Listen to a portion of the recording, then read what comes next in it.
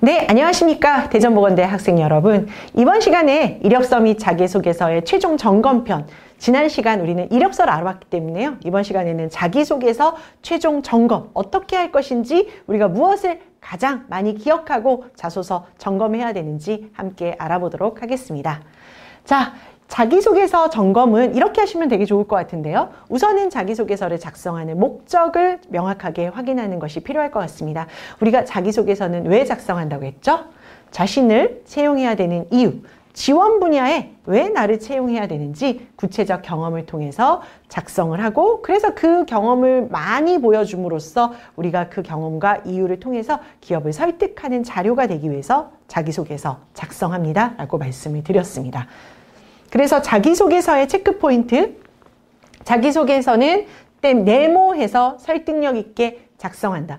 자기소개서는 네모해서 어떻게 설득력 있게 작성해야 된다고 그랬죠? 맞습니다, 여러분. 자기소개는 거버닝을 통해서 설득력 있게 작성하라고 말씀을 드렸습니다. 거버닝이 뭐였습니까, 여러분? 네, 첫째, 둘째, 셋째, 넷째. 이러한 방식으로 거버닝을 통해서 우리가 하고자 했던 구체적 경험을 나열하지 말고, 쭉 열거하지 말고, 첫째는 뭐고, 둘째, 셋째, 넷째. 그룹핑을 짓거나 아니면 간결하게 문장을 쓰시는 게 훨씬 더 가독성 높은 글이 될 수 있다는 거 말씀을 드렸습니다.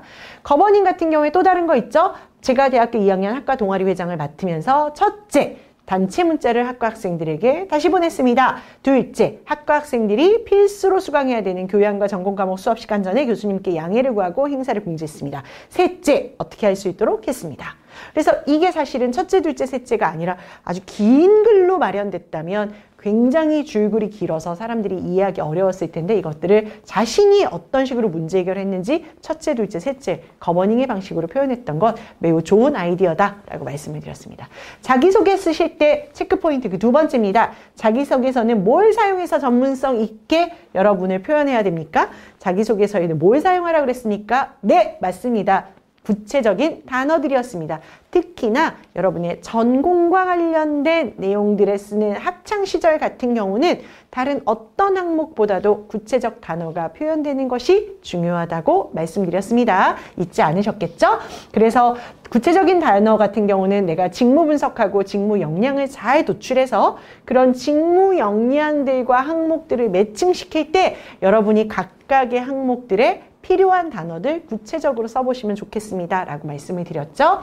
예를 들면은 논문을 발표했는데 어떤 논문을 발표했어요? 발목 관절 안정성에 대한 논문을 발표했죠. 논문을 준비하는 과정에서 경청하고 조율하고 의견을 종합하는 역할도 했었죠. 그리고 내가 적극적으로 참여해서 특별상을 받는 좋은 성과도 이루어냈죠.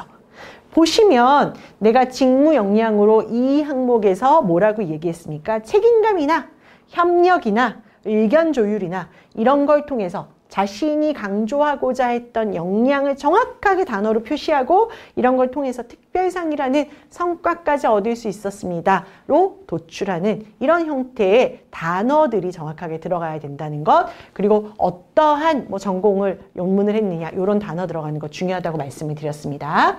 다른 사례 한번 볼게요. 어떻게 했습니까? 미생물학 과제에서 항균 실험의 균 활성화, 배지 만들기, 전화해보기, 설명서를 찾아보기, 그렇게 해서 난 어떻게 했습니까? 협력과 효율적으로 일하는 걸 키웠습니다. 자, 이런 사례가 왜 좋다고 말씀을 드렸습니까? 직무 역량에서 협동과 효율적인 업무 처리를 할 수 있다는 것들을 아주 구체적인 업무와 관련된 내 전공의 단어들을 통해서 도출했기 때문에 훨씬 더 잘 작성한 글입니다 라고 말씀드렸습니다. 이런 부분들을 기억하시면 좋을 것 같아요. 자기소개서의 체크포인트 그 세 번째입니다. 자기소개서는 네모로 작성하여 시기와 장소와 역할과 과제 등을 제시하는 게 좋습니다. 뭐였죠? 자기소개서는 어떻게 작성해서요? 경험을 구체적으로 작성하는 거라고 했습니다. 자, 기억하십니까? 자소서에서 경험은 매우 중요한 역할을 합니다. 어떤 항목이든 경험이 없는 항목은 없습니다. 그죠? 모든 항목에 경험이 들어가게 되는데 그런 경험들을 굉장히 추상적으로 접근하게 되면 우리가 무슨 의미를 전하고자 하는지가 이해되지 않으니까 경험은 구체적으로 작성해야 됩니다라고 말씀드렸습니다. 그래서 경험을 구체적으로 작성한다는 건 이런 뜻이었죠. 한 개 항목에 가급적이면 한 개의 경험을 쓰십시오. 그리고 그 경험에서 내가 어떤 상황이었는지 우선 설명하신 후에 그 경험에서 배우고 느낀 점, 이런 배우고 느낀 점이 내가 앞으로 회사 생활을 함에 있어서 어떤 도움이 될 수 있는지까지 잘 연결해서 써보십시오라고 설명드렸습니다. 경험이 중요한 만큼 경험을 쓰는 구체적 방법을 여러분한테 설명드리고 그것들을 가지고 어떻게 적용했는지 사례 보여드렸던 거 기억하실 겁니다. 이 부분은 계속 가지고 계셔야 될 것 같아요. 그래서 경험을 구체적으로 작성한 사례를 보면 대학교 2학년 언제 해외 현장 실습 과정에서 어디에서 호주에 있는 대학교에서 한 달 동안 어느 시기에 뭐 혈액학 실습 교육을 들을 수 있었습니다. 내가 어떤 역할을 했는지 무엇을 했는지를 정확하게 가장 첫 줄에 써주는 거였죠. 그래서 한 개의 경험, 어떤 경험? 호주에서 혈액학 실습을 들었을 때의 경험을 어떤 식으로 했습니까? 환자의 검체 슬라이드를 현미경으로 관찰해서 RBC나 WBC나 PAT의 수와 형태에 관해서 제가 전 잘 모르겠습니다. 전문 용어라서. 그렇게 작성해서 이를 통해서 예상되는 질환을 진단하고 추가로 필요한 진단까지 진단해 보면서 적혈구, 백혈구, 혈소판의 검체 슬라이드로 많은 것들을 검경해 보면서 조금 더 이해를 높일 수 있었다. 내가 어떤 경험을 했는지가 작성이 되죠. 그리고 나서 어떻게 했습니까? 배우고 느낀 점 초록색으로 가겠습니다. 내가 이런 질환에서 연계해서 생각함으로써 혈액학에 대한 보다 포괄적인 이해를 하게 됐다.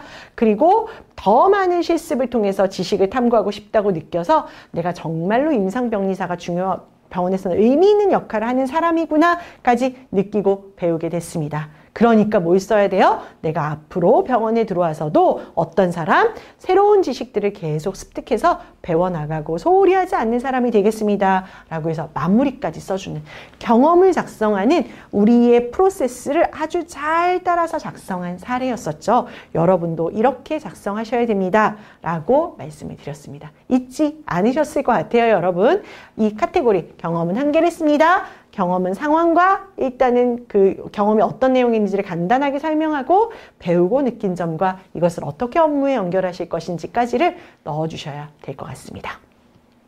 자, 그러면 이제는 항목별로 우리가 반드시 기억해야 됐던 중요한 포인트들 사례와 함께 알아보도록 할게요. 자, 성장과정 여러분의 이제는 이거 굳이 막 다 얘기하지 않아도 되죠. 여러분이 어떤 원칙, 어떠한 계기로 이 일에 관심을 갖게 됐는지 위주로 작성하라고 말씀드렸었습니다. 근데 좋은 성장과정의 예시입니다, 여러분. 좋은 성장과정의 예시. 대학교 1학년 때 청소년 관리시설 이런 봉사활동을 간 경험이 있다. 내가 여기에서 칫솔질에 대한 교육을 시키면서 정말로 도움되는 일을 해보고 싶다라는 관심의 계기가 됐죠. 계기가 됐죠. 치위생사가 돼야 되겠다는 생각을 하게 된 거예요.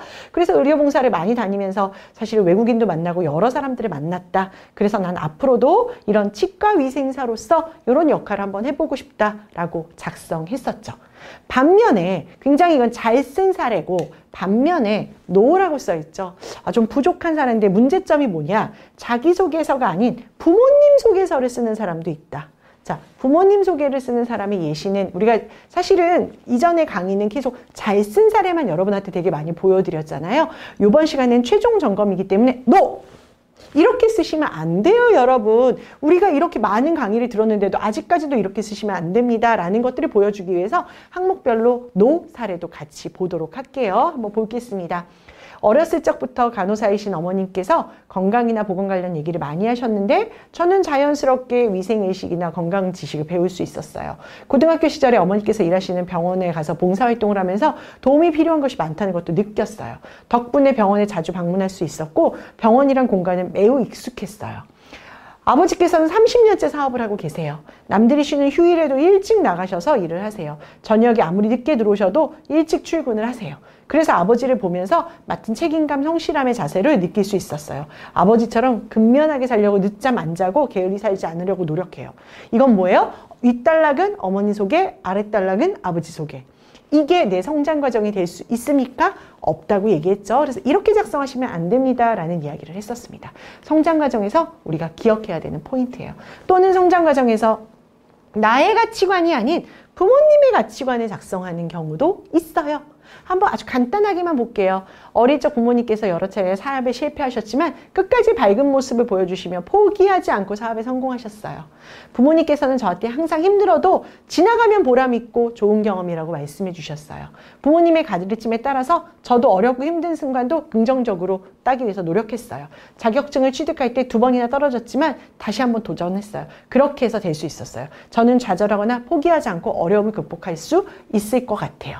자, 여기에서 사실은 이 친구가 완전히 못 쓴 사례는 아니에요. 그런데 제 생각에 이것들이 조금 더 보완됐으면 좋겠다고 생각한 이유는 너무나 부모님의 어떤 사업 실패 뭐 이런 부분들이 부각되기보다는 그냥 부모님께서 어렸을 때 저에게 이러한 좌우며 이러한 생활 신조 많이 강조하셨습니다 라고 써주시면서 얘기를 했다면 더 좋았겠다라는 의미에서 여러분께 말씀을 좀 드려보겠습니다.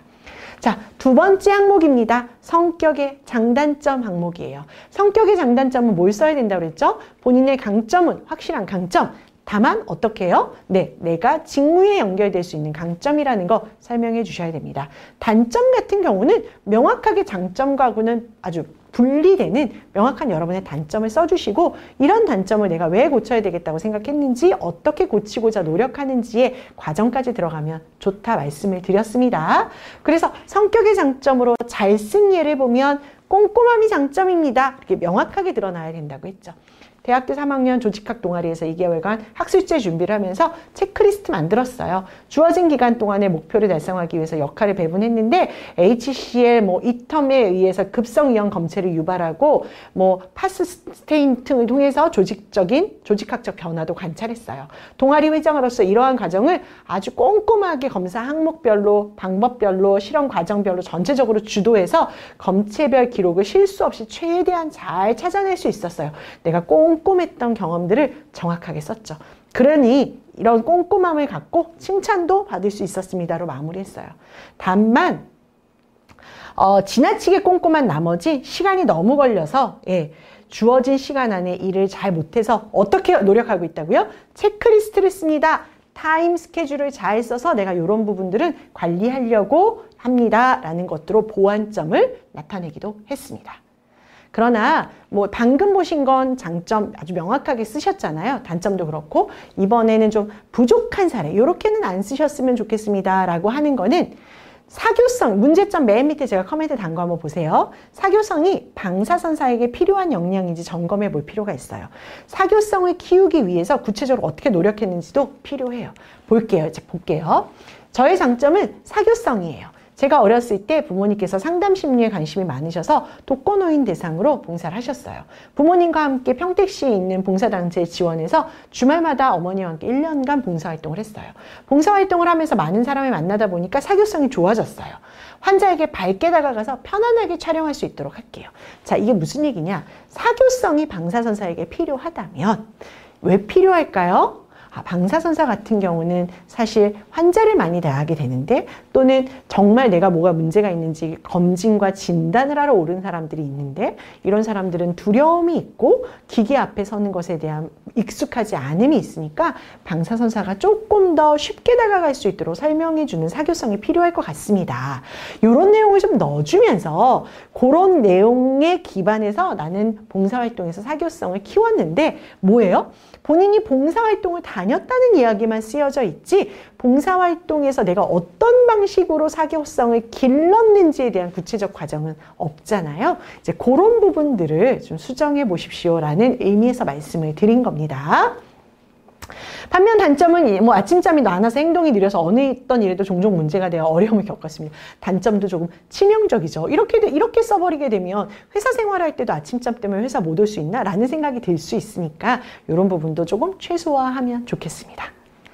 자, 또 다른 성격의 장점 볼게요. 역량 키워드를 나열했죠. 예를 들어서 저의 장점은 눈치가 빠른 겁니다. 그래서 분위기를 정확하게 파악하고 어떻게 해야 되는지 알게 돼서 센스도 있습니다. 분위기 메이커다라는 이야기를 자주 듣습니다. 강점은 심사청구 업무를 하는데 빠른 의사결정으로 뭐 이런 것들을 도울 수 있었습니다. 자기 강점이 뭐예요? 눈치가 빠르다, 센스가 있다, 심사청구에 빠른 의사결정을 할 수 있다. 이런 식으로 너무 많은 장점을 열거만 했지 구체적인 경험 같은 게 제시되지 않았기 때문에 문제가 될 수 있다는 겁니다. 반면에 타인의 고민이 저의 고민이 될 수 있다고 생각할 때가 많아서 깊이 생각하고 혼자 생각하는 경향이 있습니다. 이것이 때로는 스트레스로 돌아와서 고치려고 노력합니다. 어떻게 고치고자 하는지 방법이 없다는 게 큰 문제점이 될 수 있습니다. 그래서 성격의 장단점에서는 명확한 장점, 단점은 어떻게 내가 고치고자 하는지 그 계획도 노력의 과정도 작성해 주시는 게 필요할 것 같습니다. 학창시절은 우리의 전문성을 나타내는 가장 중요한 항목 중에 하나가 될 수 있다고 했죠. 그래서 학창시절은 어떻게 쓰라고 했습니까? 여러분의 전공 관련된 경험들을 가장 많이 쓰십시오 라고 말씀을 드렸습니다. 그래서 좋은 사례 뭐였습니까? 4주 동안 응급실 동계 임상 실습을 통해서 학교에서 할 수 없었던 경험들을 했었고 환자 케이스를 통해서 과제 수행을 하면서 내가 이해도 높일 수 있었다. 그래서 나는 이런 응급구조사로서 환자 케이스를 꼼꼼하고 정확하게 만들어서 이런 응급구조사가 됐을 때 몇 번이나 확인을 했고 그러다 보니 선생님들께서도 나의 열정을 많이 칭찬해 주셨었다. 따라서 내가 이런 꼼꼼한 배움에 대한 열정을 갖고 응급구조 업무도 이렇게 잘하겠다. 그래서 학창시절에 내가 실습했던 경험을 통해서 자신이 어떤 응급구조사가 될지를 정확하게 연결해서 쓰신 부분 매우 좋습니다라고 설명을 드린 바 있었습니다. 자, 안 좋은 학창시절의 사례입니다. 학창시절 항목에 대한 이해가 필요합니다. 그리고 컴활이라는 약자보다는 컴퓨터 활용 능력, 병코보다는 병원 코디네이터라고 약자가 아닌 정확한 단어를 써주십시오. 그런 부분에서 좀 부족한 사례라고 할 수 있거든요. 간단하게 볼게요. 어릴 때부터 사람들과 대화를 좋아하고 단체 생활을 즐겼습니다. 그래서 학교 행사는 꼭 참석을 했습니다. 부모님께서 항상 우더른을 공경해야 한다고 하셨고 배려하는 마음이 필요하다고 하셨습니다. 그래서 봉사활동도 주로 했습니다. 동아리에 들어가서는 1시간씩 학교 부근을 돌아다니면서 쓰레기도 줍고 봉사활동도 했습니다. 자격증을 취득하기 위해서 컴활, 병코 자격증도 땄습니다. 그죠 여러분? 내가 여러 가지 학창 시절에 여러 가지 활동을 한 건 오케이. 근데 구체적인 내용도 없어요. 이렇게 해서 여러 가지 학창시절에 대해서 막 나열하기보다는 한 가지 학창시절을 픽해서 그 학창시절을 내가 그 경험을 통해서 어떤 구체적 활동을 했는지 어떤 것들을 배우고 느꼈는지 내가 이것들이 업무에 어떻게 도움될 수 있는지로 하나만 연결해서 제대로 쓰시는 게 더 좋겠습니다 라고 말씀을 드렸습니다. 하나만 더 볼게요. 학창시절 항목에 대해서 이것도 마찬가지예요. 그리고 여기도 컴활, 병코 이런 것들이 필요할 것 같습니다. 자, 여기서 잠깐 끊어갈게요. 아이씨.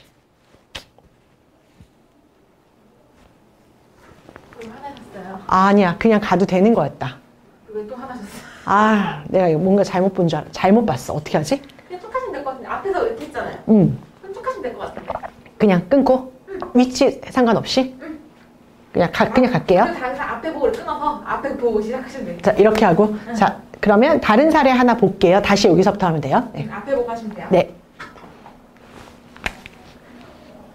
자, 그럼 또 다른 학창시절 사례 하나 보겠습니다. 이 사례도 마찬가지예요. 앞의 사례와 동일하게 학창시절에 대한 이해가 충분하지 않았어요. 그리고 동일한 실수죠. 컴활, 병코 이런 식의 아주 약어를 썼던 것들은 좀 수정하실 필요가 있어요. 서비스 아르바이트를 했어요. 소통하는 법을 배웠어요. 친절하다고 이야기 들었어요. 단골 손님들 보면서 대화하는 거 좋아했어요. 그래서 대학생활도 걱정 없었어요. 갑자기 본인 아르바이트한 얘기만 열거하다가 끝나요. 학창시절이 아르바이트한 얘기하고 끝나는 거라고 제가 말씀드렸습니까? 아니었죠. 여러분의 학창시절에 의미 있는 경험들을 말씀하시고 그런 의미 있는 경험들이 과연 내가 앞으로 어떻게 회사 생활하고 업무 생활하는데 도움이 될 수 있는지로 연결해야 된다고 했는데 그런 부분들이 전혀 드러나지 않았죠. 그리고 컴활이나 뭐 이런 부분들을 취득하기 위해서 노력했습니다 할 때 이런 단어들 약어로 써주시면 안 되는 것들 기억하셨으면 좋겠습니다. 자, 이제 마지막이에요. 그죠? 마지막 항목 중에 지원 동기와 입사 후 포부 있었잖아요. 지원 동기는 여러분이 내가 왜 이 회사를 들어가고자 하는지, 내가 왜 이 업무를 하고자 하는지가 명확하게 드러나야 됩니다. 그런데 이런 부분들이 명확하게 드러나지 않고 막연하고 추상적인 얘기를 하면 정말 이 사람이 우리 회사에 대해서 관심이 있는 사람이야? 라고 이야기 들을 수 있기 때문에 이 부분은 조금 더 고민하셔서 잘 쓰셔야 된다고 말씀드렸어요. 잘 쓴 지원 동기 먼저 한번 보도록 하겠습니다. 병원은 화상으로 다친 부위의 물리적 치료를 넘어서 마음까지 치료하고 정상적인 사회적 복귀를 도우며 화상치료 전문의뿐만 아니라 정형외과 등 진료과가 모여서 유기적인 진료가 가능하도록 해야 됩니다. 그런데 당신네 귀사의 병원은 365일 24시간 응급실을 운영하고 외래 환자의 대기 시간을 줄이고 직장인이나 학생의 출근이나 등교를 고려해서 1시간 앞당겨 조기 진료를 하는 등 굉장히 여러 가지 시스템을 해요. 내가 지원하는 병원에 대해서 엄청나게 많은 이해를 하고 있는 거죠. 이렇게 내가 병원에 대해서 아는 부분을 좀 풀어줘야 된다, 써줘야 된다라고 말씀을 드렸었어요. 특히나 화상은 치료도 어렵지만 생명을 건진 후에도 평생 환자에 대해 영향을 끼치기 때문에 치료 후에도 영구적으로 장애를 안고 살아가는 경우가 많아서 정신건강과의 연결도 있는데, 이때 어렵고 힘든 치료를 받기 위해서 병원에 찾았을 때 의료진이 최고의 실력뿐만 아니라 병원의 첫인상이 되는 그런 직원들도 되게 중요하기 때문에 난 이렇게 한번 해보겠습니다. 어디에서요? 원무과에서 이렇게 한번 해보겠습니다. 라고 하는 것들이 내가 어떤 업무에 또는 이 회사에 어떤 부분 도움이 될 수 있는지로 지원 동기로 설명해 주신 부분 되게 좋다고 말씀을 드렸습니다. 반면에 지원하는 이유가 불확실하고 내가 앞으로 어떤 식으로 일하고자 하는지의 계획이 불확실한 것들은 지원 동기에서 좀 지양 안 하셨으면 좋겠습니다 라는 포인트였어요. 그래서 대학에서 봉사 동아리를 했는데 조원들과 같이 2주에 한 번씩 할머니 집에 찾아가서 말벗을 해드렸어요. 처음엔 할머니가 낯을 가리시고 저희가 끊임없는 관심으로 할머니의 신뢰를 얻을 수 있어서 참 환자 응대가 병원 이미지에도 중요하구나 라는 걸 알게 됐어요. 대학교 2학년 때는 실습에서 고열이 있었지만 끝까지 잘했어요. 그래서요. 이런 것들은 본인이 열심히 살아왔다는 얘기만 하시는 거지, 그래서 내가 어떤 직업인이 되겠다? 그래서 내가 당신 회사에 왜 지원한다라는 얘기가 안 들어가 있죠, 여러분. 이런 부분들은 적합하지 않다는 뜻입니다. 예를 들어서 지원하는 이유 똑같아요. 인터넷에서 본 내용 그대로 이제 카피해서 쓰는 것도 좋지 않아요. 병원은 시설 개보수로 첨단 의료 시설을 갖추고 지역 주민의 건강을 책임져 든든한 의료기관으로 자리매겨 온 것을 알고 있습니다. 이에 맞춰 저는 학교에서 배운 임상병리 기본 지식과 의료봉사, 실습의 실무 경험을 바탕으로 환자와 선배님들에게 믿음을 주고 뒷받침되는 임상병리사가 되도록 준비해왔기 때문에 지원하게 되었습니다. 사실 본인이 어떤 노력을 했기 때문에 지원합니다. 좋아요. 그런데 이제 윗단 같은 경우에요. 내가 이 회사에 대해서 조금 알아본 게 아니라 그냥 어떤 이 회사의 홈페이지에 나와 있는 문구 하나를 그냥 쭉 카피해서 쓴 것 같은 이런 느낌의 회사 소개나 회사에 대한 이해가 전달이 되게 되면 조금 더 문제가 될 수 있으니까 이런 부분은 명확하게 써주시면 좋겠다라는 의미에서 설명을 드렸습니다. 입사 후 포부 아시죠? 내가 회사에서 어떤 식으로 업무를 지켜나갈 것인지를 작성하는 거였습니다. 그래서 입사 후에 첫째, 고객이 원하는 사항을 빠르게 파악하는 능동적인 직원이 되겠다. 둘째, 고객의 눈높이에 맞춰서 성심성의껏 설명해드리고 친절을 베푸는 직원이 되겠다. 그래서 어떻게 노력하겠다. 구체적으로 써주시는 게 좋습니다라고 말씀드렸었습니다. 그런데 입사 후 포부를 제가 입사하게 된다면 빠르게 업무에 적응하고 영어 공부를 열심히 해서 토익을 그냥 높이겠습니다. 어떤 목적이 없이 영어 공부 열심히 하고, 학교도 아닌데 뭘 영어 공부를 열심히 해요, 여러분. 그죠? 이제 이런 건 아니라는 거예요. 서비스를 현장에서 직접 경험하기 위해 에버랜드에서 아르바이트를 하였습니다. 이를 통해서 요구사항을 발빠르게 파악하고 대처하는 능력을 키울 수 있었습니다. 이러한 서비스 정신으로 환자에게 정성을 다하는 의료 서비스를 제공하겠습니다. 자, 이렇게 나열하기보다는 거버닝을 써주시는 게 훨씬 더 좋습니다. 라는 것도 기억하셨으면 좋겠습니다. 자기소개서 어떤 식으로 점검해야 되느냐? 일단 전체적으로 내가 분량은 알맞게 썼는지, 맞춤법이나 띄어쓰기는 제대로 했는지, 그리고 지원자의 경험, 성장 과정에선 경험 제대로 썼는지, 내 가치나 기준점이 좀 드러났는지, 성격의 장단점은 직무와 연관된 강점들을 좀 많이 내가 보여주려고 했는지, 단점은 그걸 극복하고자 어떻게 노력한다는 내용이 들어가 있는지, 학창시절은 우리의 전문성을 보여줘야 되니 직무와 관련된 실습 경험 위주로 썼는지, 지원 동기는 회사에 대한 조사를 좀 해보고 업무를 하고 싶은 이유를 썼는지, 입사 후 부분은 구체적 계획들을 좀 내가 정확하게 나열하고 있는지, 거버닝 기법을 쓰고 있는지 확인하시면서 여러분의 자기소개서 최종 마무리 한번 해보시면 좋겠습니다. 그러면 이상으로 자기소개서 최종 점검 강의는 여기서 마무리하도록 하겠습니다. 수고하셨습니다.